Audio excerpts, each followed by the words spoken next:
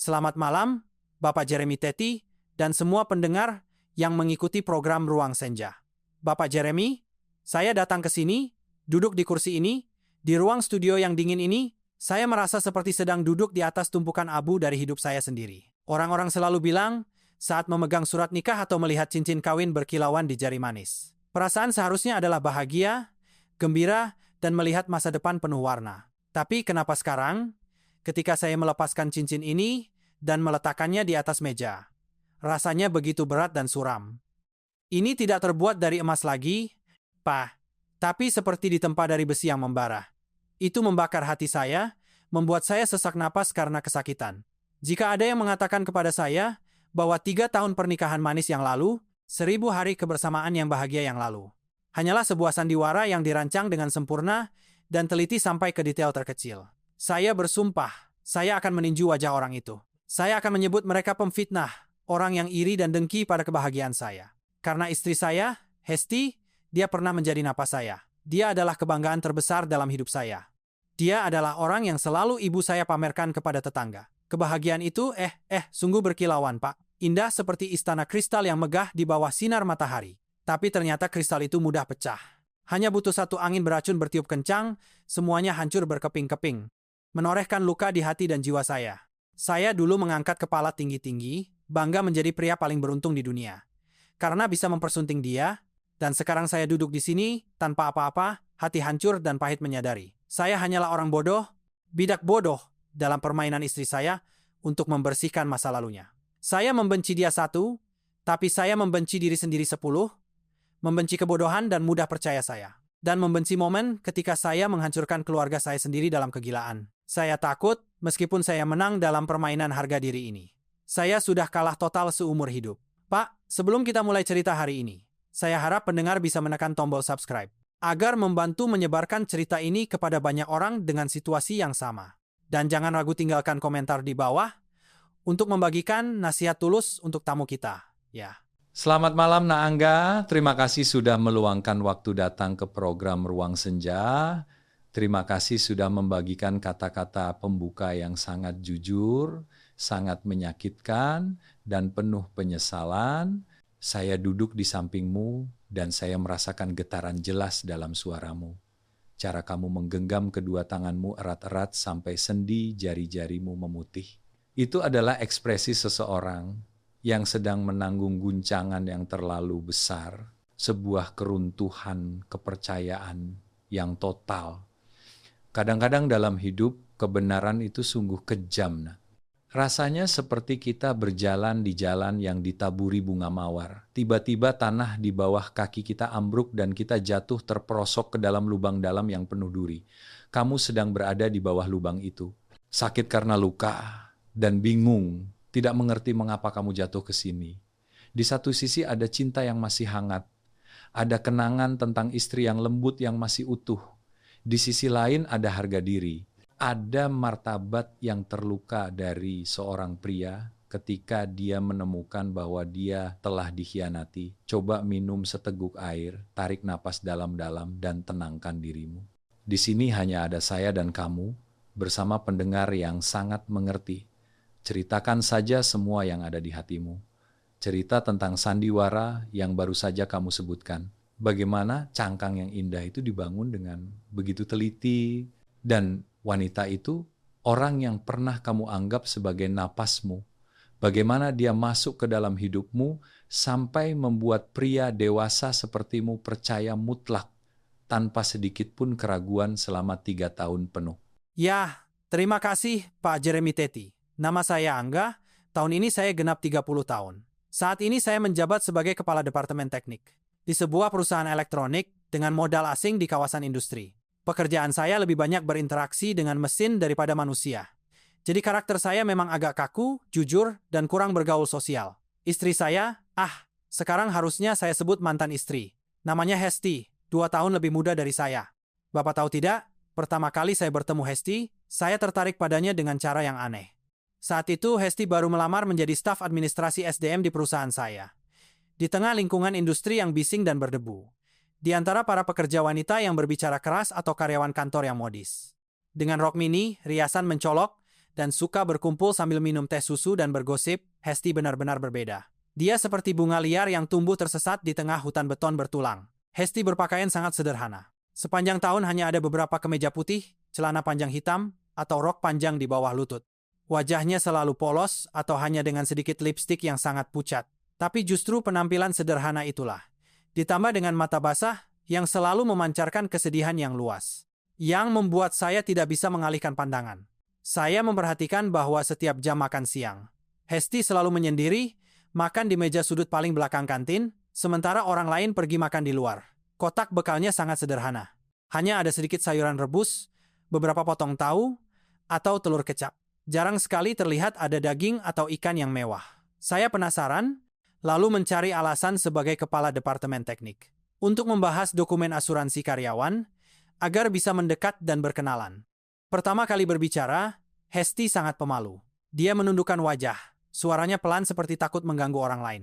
Perlahan-lahan, melalui obrolan singkat selama istirahat makan siang, Hesti baru sedikit terbuka.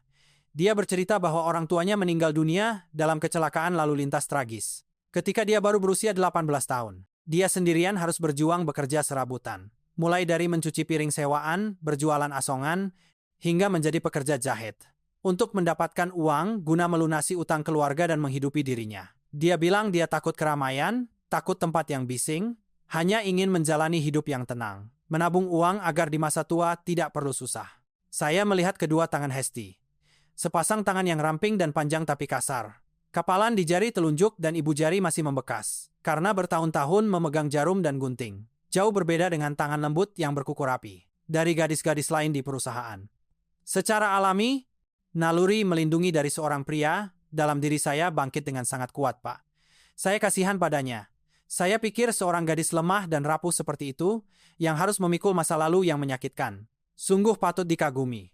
Saya ingin menjadi pria yang berdiri menggantikannya untuk memikul beban. Ingin menghapus kesedihan di matanya. Kami berdua berpacaran dengan sangat lembut. Tidak ada kencan mewah di restoran bintang 5. Tidak ada hadiah mahal jutaan rupiah. Hanya sore hari setelah pulang kerja saya membonceng Hesti di motor tua saya. Berjalan-jalan di sekitar danau buatan. Atau malam akhir pekan, kami memasak bersama di kamar kosnya yang sempit. Hesti memasak dengan sangat enak, Pak. Masakan apapun yang dia buat selalu kaya akan cita rasa keluarga. Ada satu kenangan yang selalu saya ingat, yaitu pada suatu malam musim dingin, hujan gerimis dan angin berembus dingin menusuk tulang. Hari itu kami berdua pulang berjalan-jalan. Tiba-tiba hujan deras. Kami berteduh sementara di bawah teras toko yang sudah tutup. Saya melepas jaket saya dan menyelimuti Hesti.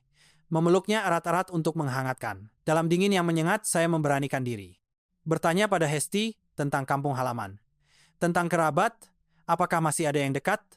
Agar suatu hari saya bisa mengajaknya mengunjungi dan menyalakan dupa untuk orang tuanya. Tiba-tiba tubuh Hesti menegang. Dia menggigil cukup kuat. Saya tidak tahu apakah karena kedinginan atau ketakutan. Dia menghindari tatapan mata saya. Memutar wajah melihat ke arah tirai hujan yang gelap. Tangannya mencengkeram erat lengan saya, sampai kuku-kukunya menekan kulit saya dan terasa menyakitkan. Matanya merah dan berkaca-kaca. Suaranya bergetar katanya, "Mas, masa lalu bagiku adalah hari-hari yang gelap.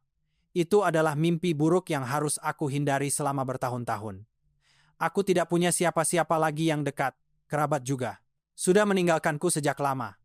Aku mohon, padamu, jangan tanya lagi tentang masa lalu ya. Itu menyakitkan sekali. Cukup tahu saat ini aku punya kamu, punya cintamu. Aku bisa hidup sebagai manusia normal. Dicintai, dihormati, itu sudah sangat memuaskan bagiku. Aku hanya ingin hidup untuk saat ini dan masa depan bersamamu saja." Saat itu, melihat air mata mengalir di pipinya. Mendengar suara tercekat karena sedih itu, hati saya luluh. Saya bodoh berpikir bahwa dia hanya ingin mengubur kemiskinan, kelaparan, dan kesendirian di hari-hari yatim piatu itu. Saya tidak menyangka apa yang dia sebut masa lalu yang gelap, yang ingin dia kubur erat-erat. Bukan hanya kemiskinan, tapi juga jauh lebih mengerikan, kotor, dan menakutkan dari imajinasi. Seorang pria sederhana seperti saya, ribuan kali lipat, saya memeluknya erat-erat, berjanji tidak akan pernah membangkitkan rasa sakit itu lagi. Berjanji akan menjadi tempat berlabuh yang damai untuknya sepanjang hidup. Benar, Nak. Cinta memang membuat orang buta. Ketika hati sudah bergetar, akal sering tertidur, Nak. Terutama bagi pria yang penuh kasih sayang dan tulus sepertimu. Kelemahan dan misteri seorang wanita justru menjadi semacam godaan. Merangsang naluri untuk melindungi dan menjaga. Kamu percaya pada apa yang ingin kamu percayai. Kamu menafsirkan penghindarannya dengan kacamata kasih sayang. Itu juga hal yang wajar. Tapi orang tua bilang, mencari istri harus lihat keturunannya. Mencari suami harus lihat asalnya. Mencari tahu asal-usul bukan untuk mengorek rahasia, tapi untuk memahami akar masalah, menghindari konsekuensi di kemudian hari. Kamu melewatkan langkah ini adalah celah pertama, agar sandiwara itu mendapat kesempatan untuk berlanjut. Setelah malam hujan yang menentukan itu, pasti hubungan kalian semakin erat. Kamu memutuskan untuk membawanya bertemu keluarga, dan ini baru ujian yang paling sulit, bukan? Ibumu, seorang wanita generasi sebelumnya, pasti memiliki standar ketat tersendiri dalam memilih menantu. Dengan latar belakang yang kosong dan penuh misteri seperti itu, bagaimana dia bisa melewati mata tajam ibumu dan masuk menjadi menantu di rumah itu? Bapak benar. Itu tepat menusuk hati saya. Ibu saya adalah seorang guru sastra yang sudah pensiun. Sifatnya sangat ketat, teliti, dan agak kolot. Hidupnya teratur, sangat menjunjung tinggi tradisi keluarga dan tata krama. Awalnya, ketika saya bilang saya mencintai seorang gadis yatim piatu, hanya seorang staf rendahan dan tidak jelas asal-usulnya, ibu saya menentang keras. Dia bilang, "Nak, mencari istri itu urusan seumur hidup. Anak perempuan tanpa ayah dan ibu seringkali kurang pendidikan. Berjuang terlalu dini, mudah menjadi rusak, terpengaruh kehidupan luar. Kamu lugu seperti ini, kalau membawanya pulang, apakah kamu bisa mengaturnya? Atau malah menambah masalah?" Hari pertama saya membawa Hesti pulang untuk dikenalkan, suasana di rumah tegang seperti senar yang akan putus. Ibu saya duduk di sofa, memakai kacamata baca. Melihat Hesti dari ujung kepala sampai ujung kaki seperti alat pemindai. Dia mengamati setiap gerak-gerik, setiap kata-kata, cara Hesti meletakkan sandal di luar. Cara Hesti menuangkan air untuknya. Dia bahkan melontarkan komentar dingin tepat di depan Hesti. "Lihat gadis ini, matanya basah. Tulang pipinya tinggi. Fisik seperti ini adalah fisik yang akan membawa sial pada suami. Fisik yang penuh kesulitan cinta. Pulang ke rumah ini, saya takut dia akan menyusahkan putra saya." Saya mendengarnya sampai berkeringat dingin, takut Hesti tersinggung dan pergi. Tapi tidak, Pak. Hesti tidak menunjukkan kemarahan atau ketakutan sama sekali. Dia tetap menundukkan kepala, dengan sopan dan lembut menjawab, "Maaf, Bu. Saya tahu latar belakang saya kurang beruntung, saya tidak berani berharap terlalu tinggi. Tapi perasaan saya untuk Angga tulus. Saya berjanji akan berusaha sekuat tenaga membangun keluarga, agar ibu tidak perlu khawatir." Dan memang Hesti tidak hanya berbicara. Dia menggunakan tindakan untuk membuktikan, atau lebih tepatnya, menggunakan keterampilan akting tingkat tingginya untuk menaklukkan ibu saya. Bapak tidak bisa membayangkan. Hanya setelah tepat 3 bulan masa percobaan, Hesti berhasil membuat ibu saya mengubah sikap. Berbalik 180 derajat, 3 tahun menjadi menantu, tidak pernah sekalipun Hesti bangun terlambat dari jam 6 pagi. Baik musim dingin maupun musim panas, tepat jam 6 dia bangun. Menyapu dan mengepel rumah sampai bersih mengkilap. Pergi ke pasar, memasak sarapan untuk seluruh keluarga, baru kemudian pergi bekerja. Pakaian ibu saya, dia cuci dengan tangan satu persatu, disetrika rapi, harum semerbak aroma matahari. Ibu saya menderita sakit persendian kronis. Penyakit orang tua, Pak. Setiap kali cuaca berubah, terutama selama musim lembab di utara, tangan dan kaki ibu saya bengkak, sakit sampai tidak bisa berjalan. Malam hari merintih tidak bisa tidur. Malam-malam seperti itu, hanya Hesti yang begadang. Dia dengan sabar duduk di samping tempat tidur, menggunakan balsam jahe untuk memijat kaki ibu saya selama berjam-jam. Dia meracik obat herbal, mengawasi setiap panci obat, meniup setiap sendok agar ibu saya minum. Suatu kali, saya terbangun jam 2 pagi untuk ke kamar mandi. Melewati kamar ibu, pintunya sedikit terbuka. Saya mengintip dan melihat pemandangan yang membuat saya terharu sampai meneteskan air mata. Hesti sedang duduk di lantai yang dingin, menundukkan kepala ke kaki tempat tidur ibu sambil tertidur karena lelah. Tapi tangannya masih memegang erat kaki ibu saya yang bengkak, seperti untuk menghangatkan. Ibu saya saat itu terbangun, melihat menantunya. Dia dengan lembut menarik selimut dan menyelimuti bahu Hesti. Sejak sakit itu, ibu saya menganggap Hesti seperti anak kandungnya, bahkan lebih memanjakannya daripada saya. Kemanapun dia pergi, dia selalu pamer kepada ibu-ibu di kelompok pensiunan. Katanya, si Hesti di rumah saya itu sangat berbakti. Katanya, Angga anak saya butuh 10 kali hidup untuk mendapatkan dia. Dia berasal dari keluarga miskin, jadi dia tahu diri, tahu menghargai keluarga. Di zaman sekarang, di mana bisa menemukan menantu yang pekerja keras, tidak menuntut riasan dan perhiasan seperti itu. Keluarga saya selalu dipenuhi tawa, suasana yang sangat hangat. Saya pulang kerja lelah, baru saja memasukkan motor ke halaman. Sudah melihat Hesti tersenyum cerah seperti bunga menyambut di pintu. Mengambil tas kerja saya, bertanya, "Suami pulang kerja lelah ya?" Masuk ke rumah, makanan lezat dan sup manis sudah tersaji di meja. Semua masakan yang saya suka. Rumah selalu rapi. Ada vas bunga segar di meja tamu. Saya kira saya sedang hidup di surga. Saya sangat puas, Pak. Saya bangga kepada teman dan rekan kerja. Setiap kali perusahaan mengadakan pesta, saya mengajak Hesti ikut. Semua orang memuji saya pintar memilih istri. Memuji Hesti cantik rupa dan baik hati, lembut dan anggun. Saya percaya bahwa masa lalu adalah sesuatu yang sudah mati. Yang penting saat ini dia adalah istri yang sempurna, menantu yang bernilai 10, tapi Pak, orang tua bilang tidak ada satupun kata yang salah. Jarum dalam bungkusan, lambat laun akan terlihat. Atau lebih tepatnya, kertas tidak bisa membungkus api. Cangkang yang sempurna, yang megah, tirai beludru yang indah yang Hesti rajut dengan susah payah. Mulai menunjukkan retakan pertamanya pada hari yang menentukan. Tepat 2 bulan yang lalu, itu adalah hari ketika sepupu saya bernama Andi, seorang taipan properti terkenal di Jakarta, datang ke utara untuk urusan bisnis dan mampir ke rumah saya. Kemunculan Andi seperti badai besar yang menerjang, meniup semua kedamaian palsu yang kamu nikmati. Seorang sepupu yang kaya, berpengalaman, yang berjuang di pasar yang sangat kejam telah muncul. Orang sering bilang, pasar adalah medan perang. Pria sukses seperti Andi seringkali memiliki mata yang sangat tajam dan cerdik. Mereka berinteraksi dengan semua jenis orang, dari yang mewah hingga yang kasar, dari yang jujur hingga yang menipu. Jadi mereka memiliki intuisi yang sangat sensitif. Mereka bisa melihat ke dalam hati orang di hadapannya. Hanya melalui tatapan mata, gerakan kecil yang tidak bisa kamu sadari sebagai orang biasa. Apakah kemunculan Andi membawa serta angin beracun, membangkitkan aroma akrab dari masa lalu gelap yang istri kamu sengaja kubur? Bagaimana pertemuan takdir itu terjadi tepat di rumahmu yang hangat? Dan detail apa yang membuat jarum itu mulai menusuk bungkusan sempurna yang telah dia jaga selama 3 tahun terakhir? Saya sangat penasaran ingin tahu reaksi istrimu ketika berhadapan dengan seseorang yang tahu terlalu banyak seperti Andi. Ya, benar, tidak ada yang bisa luput dari matanya, Pak. Andi 5 tahun lebih tua dari saya, putra dari paman tertua. Dia merantau ke selatan sejak dini. Berbisnis properti, bar, restoran, jaringan luas di seluruh negeri, uang mengalir deras, dan reputasinya sebagai playboy juga terkenal. Sudah lama kami tidak bertemu, jadi saya sangat senang mengundang dia pulang untuk makan malam. Hari itu, Hesti minta pulang kerja lebih awal untuk pergi ke pasar. Dia menyiapkan hidangan yang sangat mewah. Semua makanan spesial untuk menjamu tamu penting suaminya. Ketika Andi mengendarai mobil Mercy yang mengilap, parkir tepat di depan rumah. Gaya dia percaya diri, angkuh saat masuk. Hesti datang dari dapur, tangannya sedang mengelap celemek. Mulutnya tersenyum cerah menyapa. "Selamat malam, Mas Andi. Silakan masuk, minum air." Andi yang sedang tertawa senang berbicara dengan saya.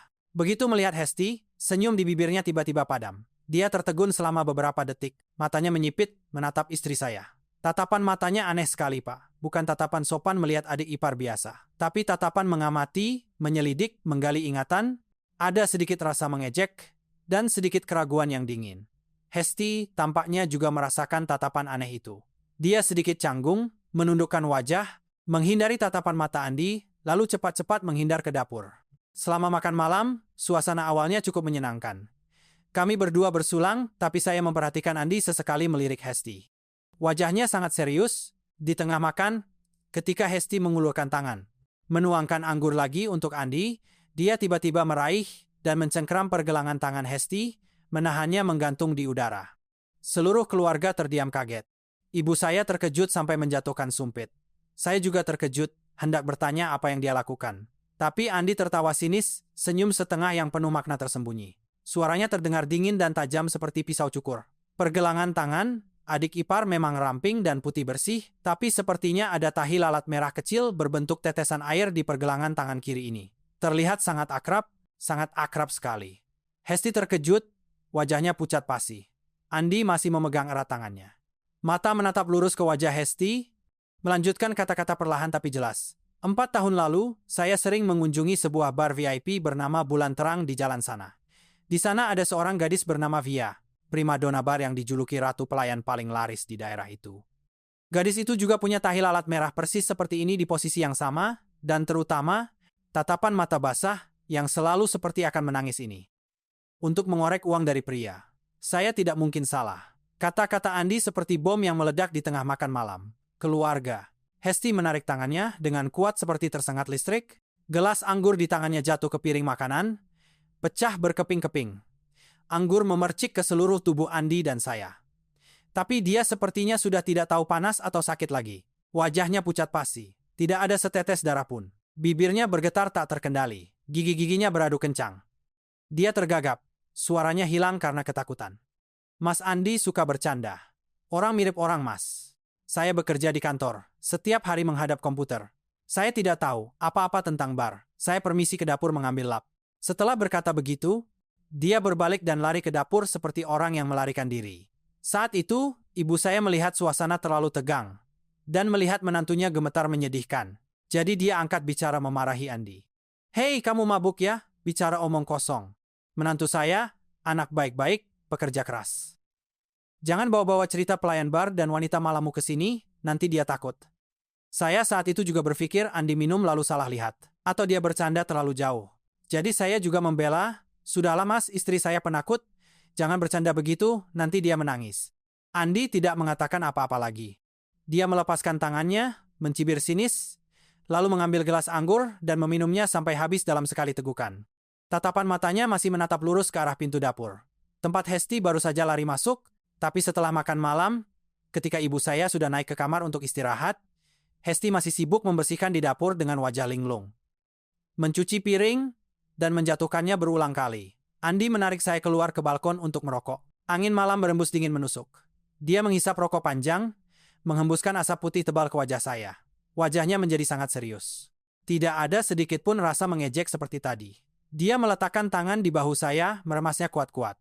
Suaranya merendah penuh peringatan. "Nak Angga, kita ini saudara-saudara. Saya tidak bercanda denganmu. Saya melayani klien di daerah ini sampai lelah. Gadis Via itu." Tidak, istrimu itu. Dia sangat terkenal. Dia spesialis mengencani Taipan untuk mencari uang. Menipu cinta, lalu menghilang tanpa jejak. Saya sudah biasa dengan dia. Tahi lalat itu, tatapan mata itu. Saya bersumpah atas kehormatan saya tidak salah lihat. Sebaiknya kamu diam-diam periksa lagi. Jangan sampai penampilan polosnya menipumu. Jangan biarkan dia mengubah rumah ini menjadi panggung untuknya berakting. Nanti ketika dia menguras habis semua, baik cinta maupun uang, kamu akan menyesal. Peringatan Andi, seperti sambaran petir yang memekakan telinga. Membuat telinga saya berdenging. Saya berdiri terpaku di balkon. Melihat rokok di tangan Andi menyala merah di malam hari. Sementara hati saya membeku. Di satu sisi ada istri yang tidur di samping saya selama 3 tahun. Dengan citra sempurna tanpa cacat. Seorang menantu yang berbakti yang ibu saya puji setinggi langit. Di sisi lain, ada sepupu yang cerdik, berpengalaman, yang menegaskan dengan pasti demi kehormatannya. Pikiran saya mulai goyah hebat. Mungkinkah kebahagiaan yang saya miliki hanyalah ilusi? Mungkinkah gadis bernama Via itu dan istri saya adalah orang yang sama? Benih keraguan yang Andi tanamkan di kepala saya mulai pecah dan menancapkan akar beracun pertamanya ke dalam jiwa saya malam itu juga. Sebuah peringatan seperti sambaran petir yang memekakkan telinga, sama seperti seember RS yang disiramkan langsung ke wajahmu di tengah musim dingin yang menusuk. Di antara satu sisi adalah istri yang tidur di sampingmu selama 3 tahun dengan citra sempurna tanpa cacat. Di sisi lain adalah sepupu yang berpengalaman, cerdik, yang menegaskan dengan pasti demi kehormatannya. Psikologismu saat itu pasti sangat bingung dan goyah hebat. Orang sering bilang kepercayaan itu seperti selembar kertas putih. Sekali sudah diremas, meskipun diluruskan kembali, tidak akan bisa menghilangkan kerutan-kerutan itu. Benih keraguan yang Andi tanamkan di kepalamu, itu seperti tanaman beracun yang bertemu tanah subur keingintahuan dan kecemburuan. Itu akan bertunas dengan kecepatan yang mengerikan. Apa yang kamu lakukan segera setelah malam yang menentukan itu? Kamu memilih untuk percaya pada cintamu, mengabaikan kata-kata Andi? Atau kamu mulai membiarkan mata keraguan menyusup ke setiap sudut kehidupan pernikahanmu? Ya, jujur Pak. Saat itu, setengah dari diri saya ingin lari ke bawah. Memeluk erat Hesti dan berteriak, "Saya percaya padamu, Saya tidak peduli masa lalu itu apa, tapi setengah dari diri saya yang lain. Bagian rasional yang dingin dan harga diri seorang pria menahan kaki saya.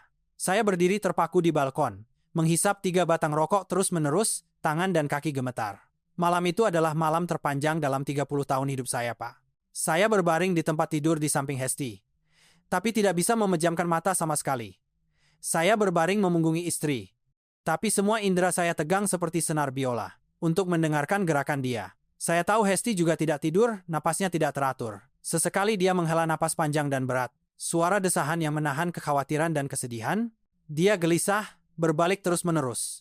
Tempat tidur bergetar pelan, sesuai dengan setiap gerakan dia. Membuat hati saya juga tercekat. Sekitar jam 12.30 malam, ketika suasana sekitar sunyi senyap, hanya ada suara serangga berderik di luar kebun, saya melihat Hesti diam-diam bangun. Dia mengambil telepon, dalam kegelapan.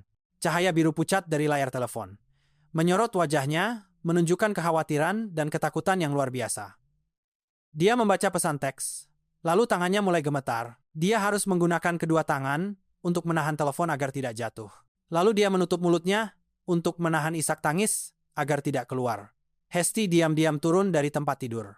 Berjalan tanpa alas kaki, lembut seperti kucing ke kamar mandi, dan menutup pintu. Sesaat kemudian, saya mendengar suara air mengalir sangat deras dari pancuran. Tapi di antara suara air yang menderu itu, ada suara tangisan, isak tangis yang tercekat. Saya berbaring di luar, mendengar istri saya menangis di kamar mandi di tengah malam. Hati saya panas seperti terbakar, perut saya mual. Saya ingin melompat, ingin mendobrak pintu. Ingin bertanya, "Kamu menangis kenapa? Siapa yang mengirimimu pesan? Apakah masa lalu gelap itu kembali menagih hutangmu?" Tapi kemudian saya berbaring diam. Saya pura-pura tidur nyenyak. Saya takut menghadapi kebenaran. Saya takut jika saya bertanya, kebahagiaan rapuh ini akan hancur seketika. Dan yang lebih penting, saya mulai meragukan air mata itu. Apakah dia menangis karena ketidakadilan? Atau menangis karena takut terbongkar? Benih keraguan Andi sudah mulai menghisap habis kepercayaan saya, Pak. Pagi harinya, suasana di rumah berat seperti ada pemakaman. Hesti bangun pagi seperti biasa. Tapi matanya bengkak dan hitam, wajahnya terlihat kuyuh hanya dalam satu malam. Dia menghindari tatapan mata saya, hanya menundukkan kepala menyiapkan sarapan. Saya juga makan seadanya, lalu mencari alasan untuk pergi bekerja lebih awal. Sepanjang hari itu duduk di kantor, saya seperti orang hilang ingatan. Mata terpaku pada layar komputer, tapi pikiran entah di mana. Saya terus membayangkan istri saya pernah berpelukan mesra, di pelukan pria lain. Saya merasa jijik, merasa mual. Sekitar jam 9 pagi, telepon saya bergetar. Itu nomor Andi. Saya mengangkat telepon. Di seberang sana, suara Andi terdengar dingin dan tajam seperti mata pisau cukur. "Halo Nak Angga, ini saya. Saya tidak mau banyak bicara, saya juga tidak mau keluargamu hancur. Tapi sifat saya jujur, kalau melihat yang salah, yang mengganggu mata, saya tidak tahan. Saya sudah menyuruh orang menyelidiki dengan cermat. Ada bukti hidup di tangan. Kamu tidak percaya kata-kata saya tadi malam kan? Baiklah, sekarang kamu minta cuti sebentar. Datang langsung ke kedai kopi musim gugur di Jalan Leloy. Ingat, naik ojek atau taksi. Jangan naik motormu. Sampai di sana, pilih meja di sudut tersembunyi. Di belakang pot tanaman hias untuk duduk. Tepat jam 10 akan ada pertunjukan yang bagus untuk kamu lihat. Saya jamin setelah hari ini, kamu akan sadar sepenuhnya." Sebuah janji temu yang menentukan. Andi tidak hanya bicara, dia sudah bertindak. Dia telah menyiapkan panggung untuk membongkar kebenaran. Cara dia berpesan padamu dengan sangat hati-hati, menunjukkan bahwa dia sangat yakin akan kemenangannya. Dan ingin kamu melihat dengan mata kepala sendiri, mendengar dengan telinga sendiri, agar tidak ada lagi jalan untuk menyangkal atau membela istrimu. Saat menerima telepon itu, bagaimana perasaanmu? Apakah itu rasa penasaran ingin tahu kebenaran? Atau ketakutan yang luar biasa ketika tahu bahwa pintu neraka akan terbuka di depan matamu? Kamu datang ke sana dengan mental seorang suami yang ingin membuktikan ketidakbersalahan istrinya? Atau mental seorang hakim yang mencari bukti untuk menghukum?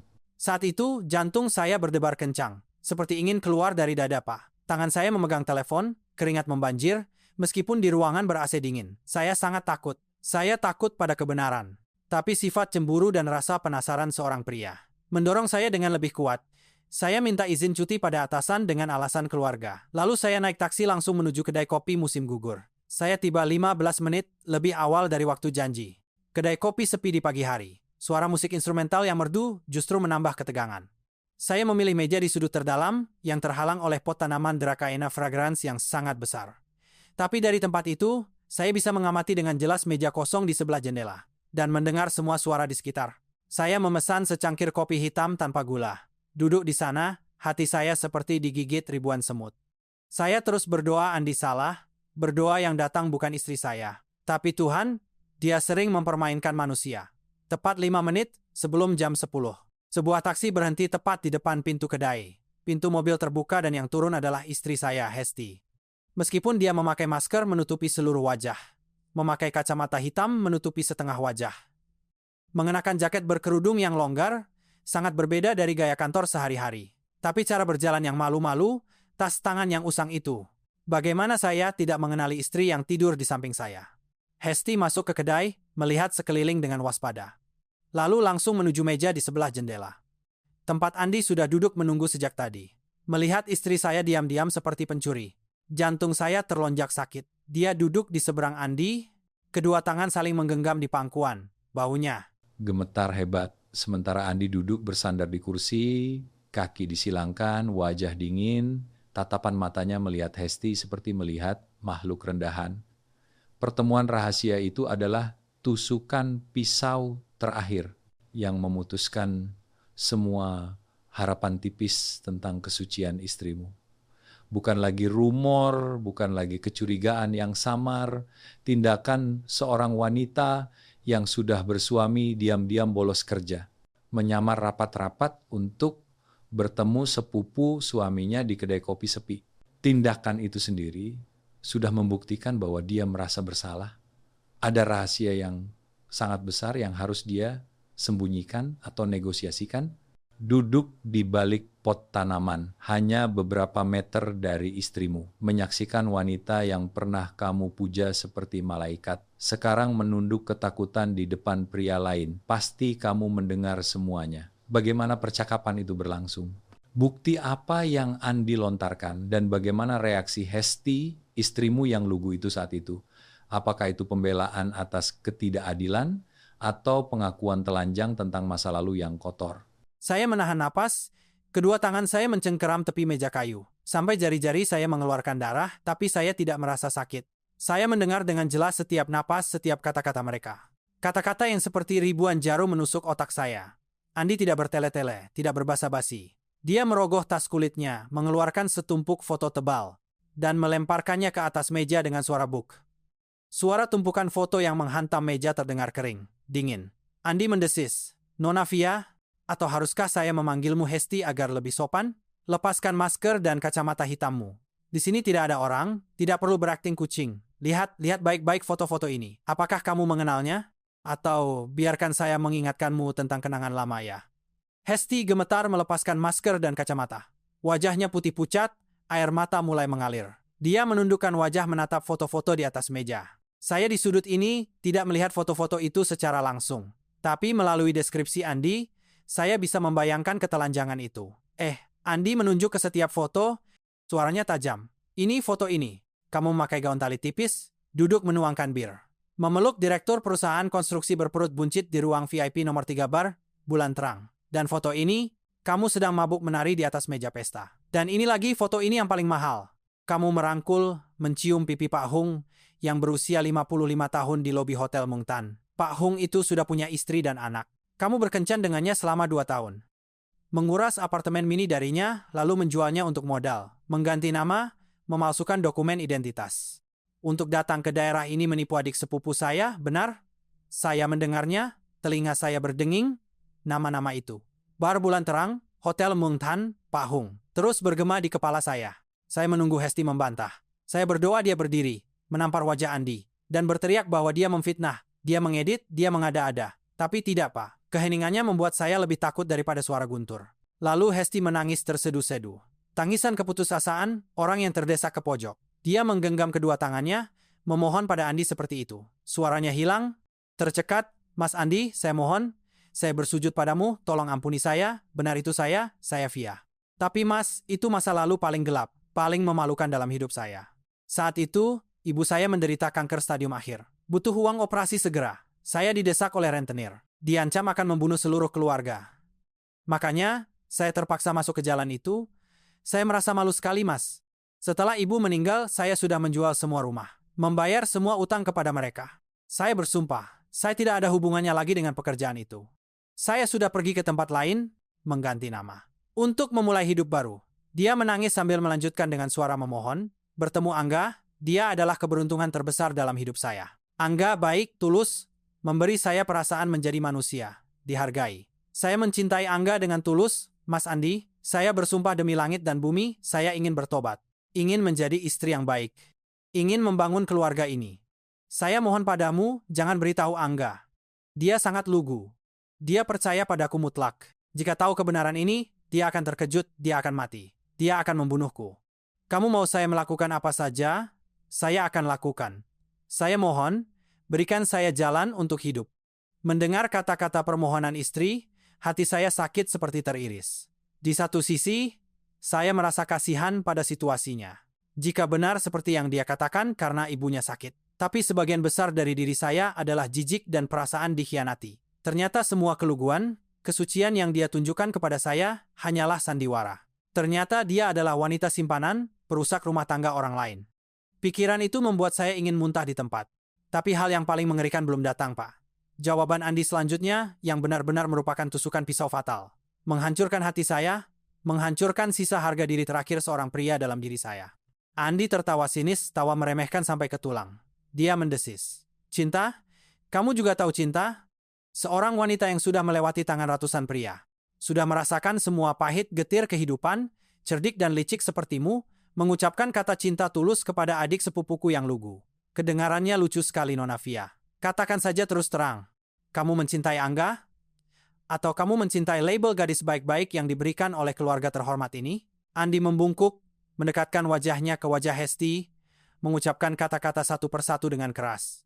Kamu mencari adikku bukan karena cinta, tapi karena kamu tahu dia baik, dia lugu, dia bodoh, dia mudah percaya orang. Kamu butuh suami bodoh seperti itu untuk dijadikan tameng, untuk dijadikan perisai menutupi masa lalu busukmu. Agar kamu bisa membersihkan diri, dilihat oleh masyarakat, dan dipuji sebagai wanita terhormat. Kamu menganggap adikku sebagai tempat sampah untuk menampung masa lalumu, sebagai alat bagimu untuk bertobat. Kamu mencemari tradisi keluarga ini. Saya kasih tahu kamu, saya beri kamu waktu tepat 24 jam. Kamu kemasi barangmu sendiri, pergi dari hidupnya, pergi dari rumah itu. Kalau tidak, saya akan mempublikasikan semua tumpukan foto ini, termasuk klip pesta liarmu kepada Ibu Hoa, ibunya, kepada seluruh perusahaan suamimu. Saat itu jangan salahkan saya, si Andi, ini jahat. Mendengar kata-kata Angga yang lugu, tameng, tempat sampah. Telinga saya berdenging, mata saya gelap, darah dalam tubuh saya mendidih. Mengalir deras ke seluruh tubuh. Saya merasa wajah saya panas seperti ditampar. Sementara hati saya membeku seperti es. Ternyata di mata istri saya, orang yang saya cintai dan manjakan sepenuh hati. Saya hanyalah orang bodoh, orang lugu yang dia manfaatkan untuk membersihkan hidupnya. Cinta 3 tahun terakhir, makanan enak, kata-kata manis, perawatan penuh kasihnya, semua hanyalah sandiwara, itu adalah harga yang harus dia bayar. Itu adalah kompensasi untuk gelar suami yang saya sandang. Saya duduk di sana, di balik pot tanaman. Kedua gigi saya menggigit erat-erat sampai berbunyi krek-krek. Saya ingin melompat keluar, ingin membunuh mereka berdua. Membunuh dia karena penipuan, kepalsuan, dan membunuh Andi karena kejam. Membongkar kebenaran dengan kasar, menginjak-injak harga diri saya. Tapi saya tidak bisa melakukannya, kaki saya kaku, berat seperti tertanam di tanah. Saya terlalu terkejut sampai lumpuh total. Saya hanya bisa duduk di sana, menatap kosong ke kejauhan. Mendengar isak tangis, memohon yang menyedihkan dari istri saya, dan suara makian pahit dari sepupu saya. Sementara hati saya hancur berkeping-keping. Menyakitkan sekali, dari posisi sebagai suami yang dicintai, dihargai, pilar keluarga. Saya tiba-tiba menyadari bahwa saya hanyalah bidak catur. Perisai lugu dalam rencana pertobatan istri saya. Harga diri seorang pria ditambah dengan perasaan dikhianati, dicemooh, dianggap bodoh, pasti telah mengubahmu menjadi orang lain. Hewan yang terluka, yang siap meledak untuk mencabik-cabik kembali orang yang telah menyakitinya. Saat itu, ketika mendengar kata-kata yang menghina harga dirimu seperti itu, tepat di kedai kopi, kenapa kamu tidak langsung keluar saat itu? Untuk berhadapan langsung, Bagaimana kamu menahan gelombang kemarahan itu? Untuk menunggu waktu yang tepat menghukum dia, atau kelumpuhan karena terlalu terkejut menahan kakimu? Ya, jujur, Pak, tepat pada saat mendengar kata bodoh, saya ingin segera keluar. Saya ingin menjungkir balikan meja itu, ingin meraih kerah bajunya dan berteriak, "Kenapa? Kenapa kamu memperlakukan saya seperti ini? Apa salah saya sampai kamu menginjak-injak cinta tulus saya? Tapi kaki saya kaku, berat seperti diikat timah, tidak bisa bergerak. Saya pikir jika saya keluar sekarang, dengan kepala yang sedang panas seperti api ini, saya tidak akan bisa mengendalikan tinju saya. Saya akan memukulnya, akan menyebabkan pembunuhan di tengah kedai kopi. Dan yang lebih penting, ego harga diri saya bangkit. Saya tidak ingin Andi melihat penampilan menyedihkan dan gila saya seperti badut saat ini. Saya tidak ingin dia mengasihani atau menertawakan saya lagi. Saya berusaha menelan kemarahan pahit sebesar telur ayam ke tenggorokan. Berusaha bernapas agar jantung saya tidak berdetak liar. Saya duduk diam seperti patung batu, menunggu sampai Andi berdiri dan pergi. Menunggu sampai Hesti diam-diam menangis meninggalkan kedai. Baru saya berani menyeret langkah pulang, jarak dari kedai kopi ke rumah hari itu. Sungguh terasa sangat panjang. Langit mulai mendung gelap, panas dan pengap, pertanda akan ada badai besar. Pikiran saya berputar-putar dengan ribuan pertanyaan. Bayangan istri yang lembut terus muncul, tumpang tindih dengan bayangan gadis panggilan yang genit yang Andi gambarkan. Sesampai di rumah, hal pertama yang saya lakukan adalah lari ke kamar mandi. Mencelupkan wajah ke baskom berisi air dingin. Saya ingin sadar kembali, ingin percaya bahwa ini hanyalah mimpi buruk. Tapi tidak, suara bel pintu berdering menarik saya kembali ke kenyataan yang kejam. Itu adalah kurir pengiriman cepat. Dia memberikan saya sebuah paket yang disegel rapat. Pengirimnya adalah Andi. Saya memegang paket di tangan. Tangan saya gemetar hebat. Saya tahu di dalamnya adalah vonis mati untuk pernikahan saya. Saya membawanya ke ruang tamu, menggunakan pisau kertas untuk merobeknya dengan kuat. Di dalamnya jatuh sebuah USB berwarna perak. Dan setumpuk foto tebal yang dicetak berwarna dengan jelas. Andi mengirim pesan teks kepada saya hanya satu baris pendek. Saya membantu kamu membuka mata, lihat baik-baik lalu putuskan hidupmu sendiri. Saya mencolokkan USB ke port koneksi televisi layar lebar 65 inci. Saya memutar volume speaker sekeras-kerasnya, level 100. Saya duduk di sofa di tengah ruang tamu, dalam kegelapan senja. Mata menatap lurus ke layar hitam yang menunggu sinyal. Tangan memegang erat remote control. Saya duduk di sana, seperti seorang hakim yang menunggu penjahat datang untuk menjatuhkan hukuman. Tepat jam 5.15 sore. Suara motor Honda yang akrab milik Hesti berhenti di depan gerbang besi. Suara gemerincing membuka kunci gerbang terdengar. Dia melangkah ke halaman, memarkir motor. Lalu masuk ke rumah, tangan membawa banyak tas besar dan kecil. Aroma bawang, aroma amis ikan yang menyengat masuk ke hidung saya. Mulutnya masih tersenyum cerah, suaranya manis memanggil saya. "Mas, kamu pulang cepat sekali? Hari ini saya belanja pagi-pagi dapat ikan mas yang sangat besar, sangat segar. Malam ini saya masak ikan Om 2 dengan daging babi yang paling mas suka ya." Mas, tolong bantu saya angkat barang. Dia masih memerankan peran istri yang cekatan dan polos itu dengan sangat baik, Pak. Jika itu kemarin saya akan lari menyambut, mengambil tas belanjaan, akan mencium keningnya, dan memuji istri yang baik. Tapi hari ini, melihat senyum itu, saya hanya merasa merinding dan jijik. Sebuah adegan yang kontras sampai mengerikan. Di satu sisi adalah istri yang gembira membangun makan malam keluarga, berusaha menutupi kesalahan dengan kehangatan yang berlebihan. Di satu sisi adalah suami yang duduk dalam kegelapan dingin, dengan bukti perselingkuhan di tangan, siap merobohkan panggung kebahagiaan palsu ini. Saat dia masuk, sapaan manis itu pasti terdengar menusuk telinga dan sangat palsu bagimu saat itu. Dan kemudian bagaimana bom itu meledak? Bagaimana kamu memulai persidangan itu? Saya tidak mengatakan apa-apa. Saya tidak menjawabnya, juga tidak berdiri. Saya hanya diam-diam mengangkat remote televisi. Jempol saya menekan kuat tombol putar. Seketika, sistem speaker surround berkekuatan besar di rumah saya berdering keras. Bukan suara musik, tapi suara orang berbicara yang sangat jelas. Tidak salah lagi. "Mas Andi, saya mohon, saya bersujud padamu. Kamu mencari pria yang baik dan bodoh untuk dijadikan tameng membersihkan masa lalu." Suara-suara itu seperti ribuan palu godam menghantam keheningan rumah. Hesti yang sedang berdiri di pintu ruang tamu. Senyum di bibirnya padam seketika. Tas ikan di tangan Hesti jatuh ke lantai dengan suara buk.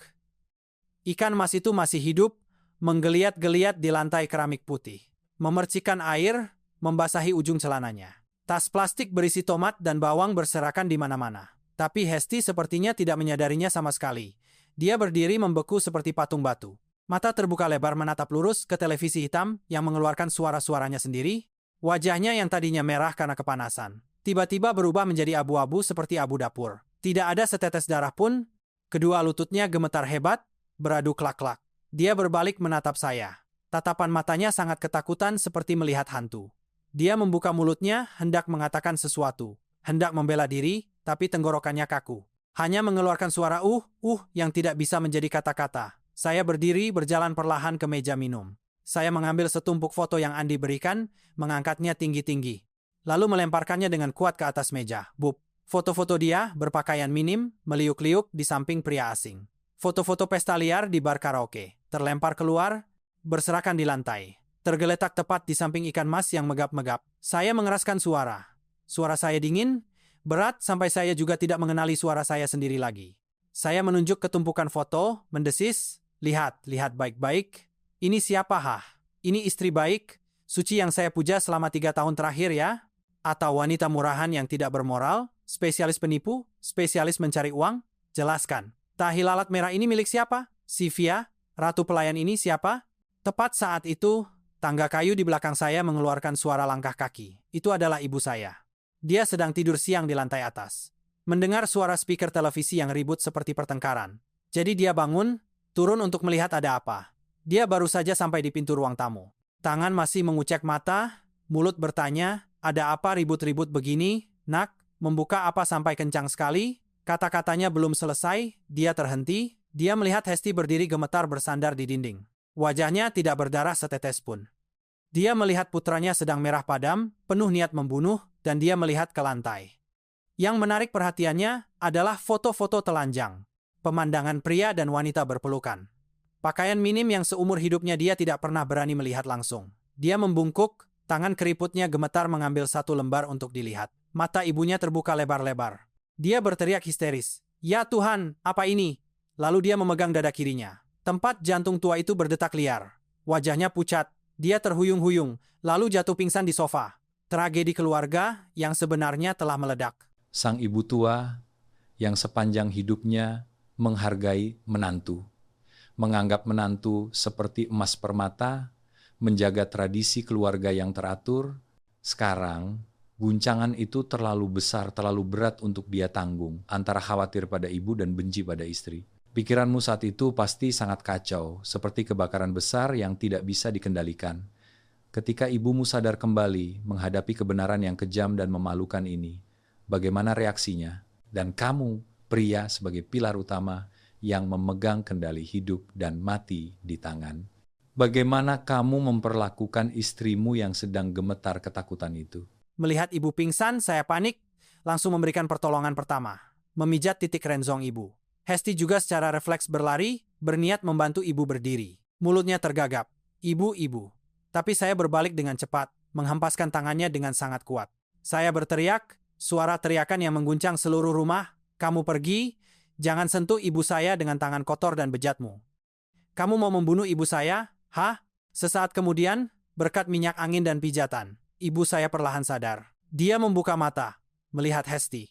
Tatapan matanya, yang tadinya penuh cinta, kasih sayang setiap hari, tiba-tiba berubah menjadi kemarahan, jijik yang luar biasa. Dia berusaha bangun, tapi tenaganya terlalu lemah, tidak bisa berdiri. Dia meraih gelas air di meja, melemparkannya lurus ke tubuh Hesti. Gelas itu pecah berkeping-keping, air membasahi baju Hesti. Dia berteriak dalam air mata, suaranya serak karena dendam. Anak tidak tahu diri, kamu pergi sekarang. Saya memelihara ular berbisa di lengan baju. Saya membawa bencana ke rumah ini. Kamu menipu saya selama 3 tahun, Kamu mempermalukan tradisi keluarga saya. Mempermalukan garis keturunan ini. Ya Tuhan, saya hidup baik-baik, kenapa saya mendapatkan menantu yang bekerja sebagai pelacur seperti ini? Hesti tidak berani menghindar. Dia hanya berdiri diam menahan serangan. Lalu dia berlutut di lantai. Tepat di atas pecahan kaca dan genangan air berbau amis ikan. Dia merangkak dengan lutut ke kaki saya dan kaki ibu. Dia memeluk erat kaki saya. Air mata membanjiri, membasahi seluruh celana saya. Dia menangis deras, suaranya hilang.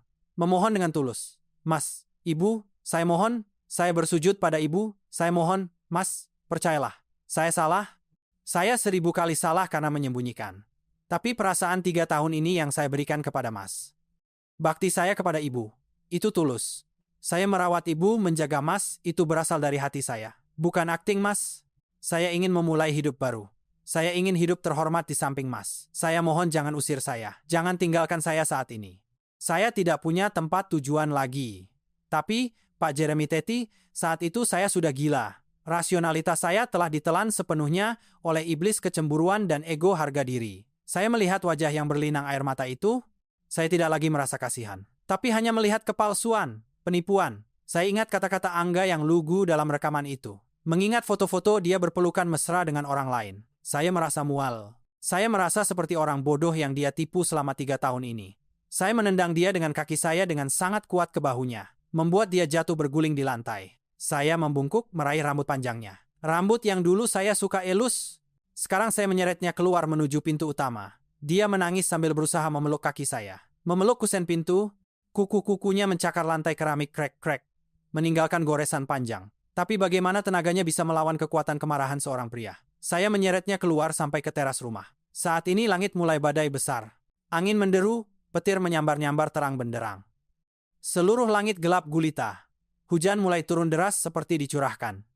Ibu saya di dalam rumah juga terhuyung-huyung mengikuti. Dia berlari ke kamar tidur kami, membuka lemari pakaian, mengambil semua pakaian Hesti, termasuk botol kosmetik, tas tangan, sepatu, lalu menggulungnya menjadi satu tumpukan. Melemparkannya ke halaman yang basah kuyup. Dia menunjuk ke gerbang, berteriak, "Bawa semua, pergi semua, jangan tinggalkan sampah apapun di rumah saya." Rumah saya tidak menampung wanita yang menjual diri. Menghilang dari pandangan saya. Hesti didorong oleh saya, jatuh tersungkur di lantai keramik. Air hujan yang dingin menyiram wajahnya, tubuhnya. Baju kantornya yang tipis basah kuyup menempel erat di tubuhnya. Lumpur kotor di seluruh wajahnya. Dia terlihat kecil, berantakan, dan sangat menyedihkan. Dia berusaha bangkit, menggenggam tangan, memohon pada ibu dan saya. Mulutnya bergumam dalam suara hujan. "Seperti ini ya, Mas, biarkan saya masuk ke dalam. Saya kedinginan sekali. Saya mohon, Mas, tapi saya sudah." Berbalik dingin, saya melangkah masuk ke rumah dan menutup pintu besi dengan keras. Suara pintu besi yang berat beradu, menciptakan suara kering yang menggetarkan dada saya. Setelah itu, suara kunci pintu, klik-klik terdengar tegas.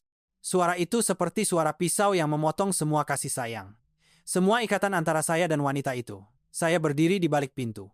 Mendengar suara gedoran pintu tik-tik, suara tangisan memanggil nama saya perlahan melemah.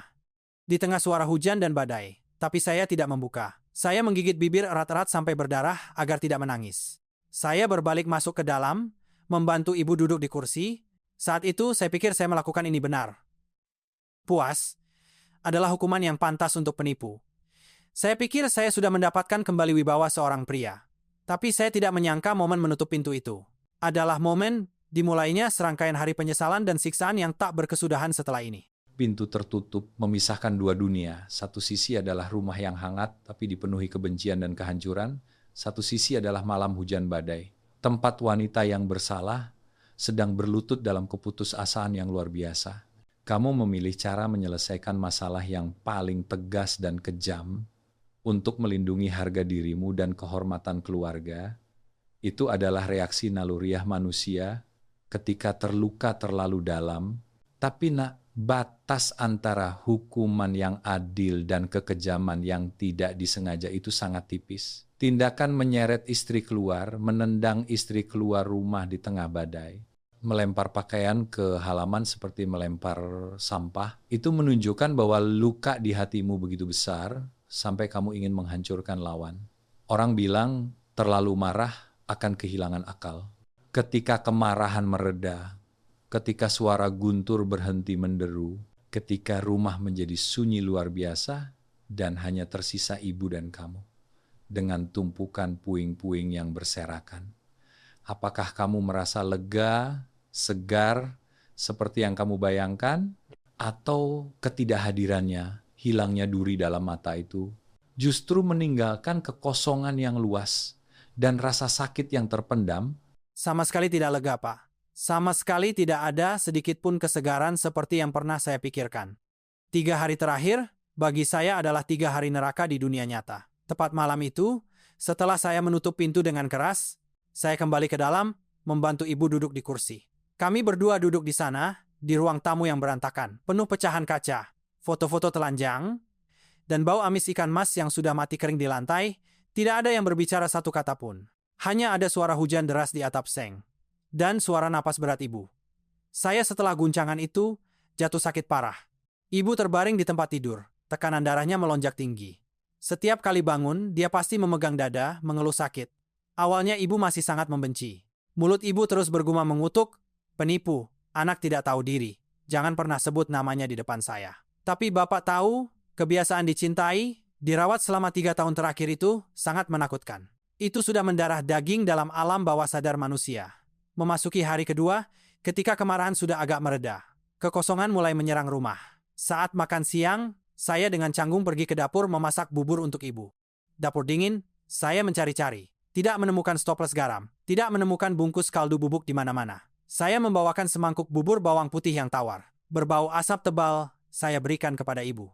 Ibu saya berbaring di tempat tidur, mata tertutup rapat. Secara refleks, dia tiba-tiba memanggil Mana Hesti. "Kenapa buburnya asin sekali hari ini? Ambilkan ibu segelas air hangat." Kata-kata ibu membuat saya tertegun. Mangkok bubur di tangan saya hampir jatuh ke lantai. Ibu saya terkejut, membuka mata, melihat saya berdiri di sana dengan wajah menyedihkan. Baru dia teringat bahwa menantunya sudah diusir. Dia diam, membalikkan wajah ke dinding, dan saya melihat bahunya bergetar hebat. Dia menangis, "Pak." Dia menangis bukan karena menyesali menantu yang menipu, tapi dia menangis karena kehilangan.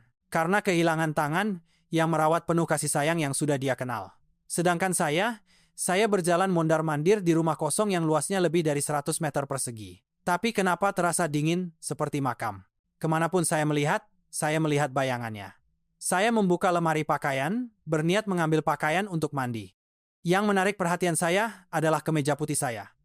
Yang dia setrika rapi, digantung dengan rapi di gantungan leher baju. Masih harum semerbak aroma pewangi melati yang saya suka. Saya melihat kemeja kerja, vas bunga mawar yang dia tanam kemarin, sekarang sudah mulai layu. Kelopak bunga jatuh berserakan ke atas meja yang penuh debu. Karena 2 hari ini tidak ada yang membersihkan. Malam tiba barulah saat yang paling mengerikan. Saya berbaring di tempat tidur pernikahan yang luas, bantal dan selimut dingin. Setiap kali saya memejamkan mata, bayangan Hesti berlutut di bawah hujan. Seluruh tubuhnya gemetar, air mata bercampur air hujan membasahi wajahnya. Menggenggam tangan memohon kepada saya. Muncul dengan jelas seperti film yang diputar lambat. Suara teriakan "Mas!" darinya terus bergema di telinga saya. Seperti suara hantu memanggil. Saya mulai bertanya pada diri sendiri pertanyaan-pertanyaan. Yang saat marah, saat ego harga diri memuncak, saya tidak sempat memikirkan. Saya bertanya pada diri sendiri, apakah ada 1 detik pun dia mencintai saya dengan tulus selama 3 tahun terakhir? Atau semua 1000 hari itu hanya akting? Jika itu akting, mengapa dia bisa begadang berhari-hari di rumah sakit? Untuk merawat saya yang demam berdarah, menyuapi saya, sesendok demi sesendok bubur, mengelap tubuh saya, membuang kotoran saya tanpa sedikit pun rasa jijik? Jika itu acting, mengapa dia bisa menahan sifat ibu saya yang tidak terduga, yang sulit? Sabar melayani ibu saya, mencuci kaki ibu saya seperti anak kandung. Tanpa sepatah kata pun keluhan atau kebencian? Seorang aktris, sehebat apapun, bisakah dia berakting dengan sempurna? Berakting dengan mendalam sampai lupa diri selama 3 tahun penuh, Pak? Saya mulai merasa tidak enak di hati. Saya ingat tatapan matanya saat membantu ibu saya berdiri. Ketika ibu pingsan. Tatapan mata itu penuh kekhawatiran, tulus, bukan palsu. Saya mulai takut pada kekejaman saya sendiri. Saya bertanya pada diri sendiri, apakah saya melakukan hal yang benar atau salah ketika saya tidak memberinya jalan kembali? Tidak memberinya kesempatan untuk menjelaskan atau memperbaiki kesalahan. Saya bertindak seperti pria kasar, pria berdarah dingin. Menendang orang ke lumpur ketika mereka berusaha keras untuk menjadi orang baik. Penyesalan itu terus merayap, menggerogoti hati saya sedikit demi sedikit. Membuat saya lebih sakit daripada saat tahu saya ditipu. Saya bertanya kepada Bapak, apakah saya kejam? Saya akan menjawab dengan jujur padamu. 1 kata dari seorang pria yang lebih dulu. Ya, kamu sangat kejam. Dia salah. Kesalahan terbesar Hesti bukanlah masa lalu bekerja di bidang sensitif. Karena pada akhirnya, setiap orang di dunia ini berhak mencari kebahagiaan. Dan setiap orang berhak bangkit dari lumpur memulai hidup baru. Kamu tidak bisa mengambil masa lalu yang miskin dan keliru. Ketika seseorang terdesak ke jalan buntu, untuk menentukan, untuk menyangkal seluruh martabat orang itu di masa kini. Jika dia selamanya adalah gadis panggilan, dia tidak akan mau menjadi menantu di rumahmu yang pekerja keras seperti itu. Kesalahan fatalnya adalah penipuan. Dia membangun pernikahan ini di atas fondasi rahasia, di atas penyembunyian. Jadi ketika rahasia terbongkar, seindah apapun dia membangun rumah itu, keruntuhannya adalah hal yang tak terhindarkan. Dia meremehkanmu, mengira kamu bodoh, mengira hanya dengan berperan sebagai istri yang baik, dia bisa menipu semua orang. Itu adalah kebodohannya. Tapi nak, kamu juga salah, dan kesalahanmu lebih menyakitkan. Itu menunjukkan keterbatasan kapasitas seorang pria. Kamu mencintai citra sempurna yang dia gambarkan, tapi kamu belum benar-benar murah hati. Belum benar-benar mencintai dirinya yang asli, dirinya yang penuh luka. Ketika tahu kebenaran, alih-alih tenang untuk menilai kembali 3 tahun kebersamaan. Menimbang dengan adil, mana yang lebih besar, jasa atau dosa. Apakah kasih sayang suami istri cukup kuat untuk memaafkan kebohongan? Kamu justru membiarkan ego, harga diri palsu seorang pria mengalahkan segalanya. Kamu menendang orang ke lumpur hitam ketika mereka sangat ingin menjadi orang terhormat. Kamu merobohkan mangkuk nasi yang telah dia masak dengan susah payah untukmu selama 3 tahun ini.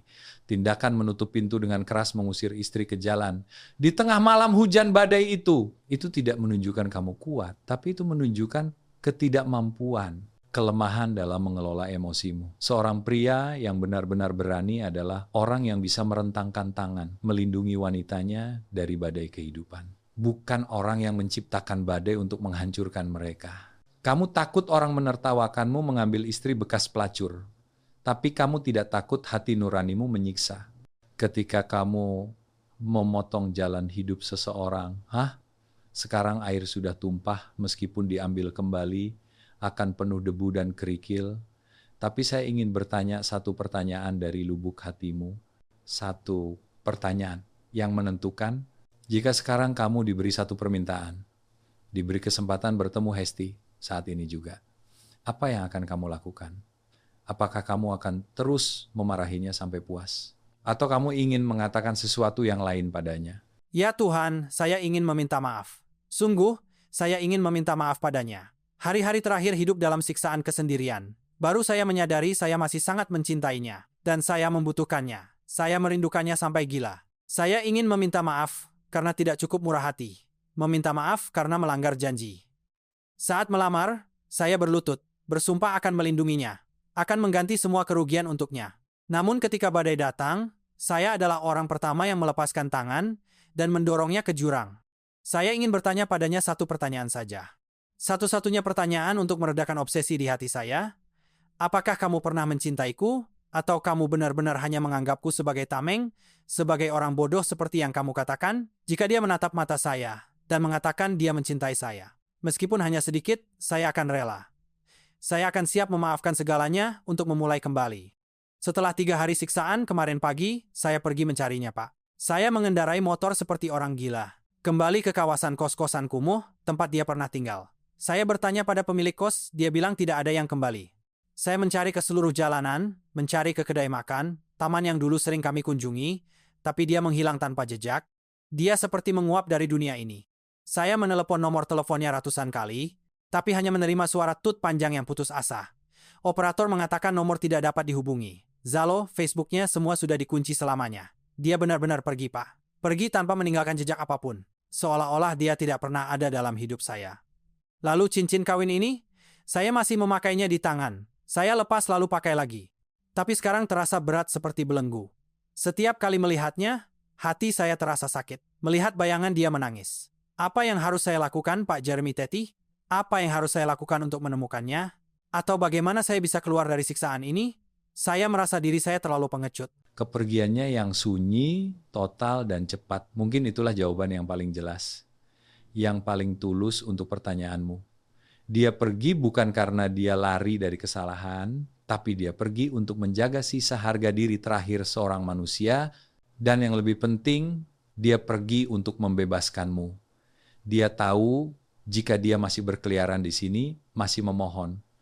Kamu akan semakin sulit, ibumu akan semakin sakit hati. dan keluargamu akan terus dicela karena memiliki menantu yang kotor. Dia menerima untuk menghilang, menerima untuk mengembalikan kedamaian meskipun kedamaian palsu kepada keluargamu. Tindakan itu jika bukan berasal dari cinta dan pengorbanan, lalu apa, nak? Jika dia hanya menganggapmu sebagai mesin uang, sebagai tameng, dia pasti sudah kembali menuntut pembagian harta, menuntut uang ganti rugi masa mudanya. Bukan pergi tanpa apa-apa di bawah hujan seperti itu. Nah, cerita ini sudah mencapai akhir dan sayangnya ini adalah akhir yang menyedihkan, tapi ini adalah akhir yang tak terhindarkan untuk ketidakjujuran dan kurangnya kemurahan hati. Masa lalu sudah tertutup. Pintu yang kamu tutup hari itu juga menutup takdir kalian berdua. Jangan mencoba membongkar pintu untuk melihat ke dalam kegelapan lagi. Semakin kamu melihat, semakin sakit. Semakin kamu mencari, semakin putus asa saja. Sekarang saya menasihatimu 3 hal. Dengarkan baik-baik dan ikuti untuk menyelamatkan sisa hidupmu. Pertama, terimalah kenyataan bahwa dia sudah pergi dan hormati pilihannya itu. Jangan mencari lagi. Biarkan dia hidup tenang, memulai hidup baru di suatu tempat. Kehadiranmu sekarang hanya akan membangkitkan rasa sakit dan rasa malu baginya. Kedua, tentang cincin itu. Jika memakainya terasa berat, terasa sakit seperti ditusuk jarum, lepaskanlah. Melepasnya bukan untuk melupakan segalanya, tapi untuk belajar melepaskan dan memaafkan. Memaafkan dia karena kebohongan, dan yang lebih penting, memaafkan dirimu sendiri karena kemarahan sesaat. Jangan menyiksa dirimu lagi, karena saat itu kamu juga terkejut. Itu adalah reaksi psikologis yang normal. Simpan cincin itu dalam kotak, simpan jauh di dasar lemari. Anggap saja menyimpan kenangan indah tentang seorang wanita yang pernah merawatmu sepenuh hati selama 3 tahun ini. Ketiga, anggaplah peristiwa ini sebagai pelajaran berharga untuk menjadi dewasa.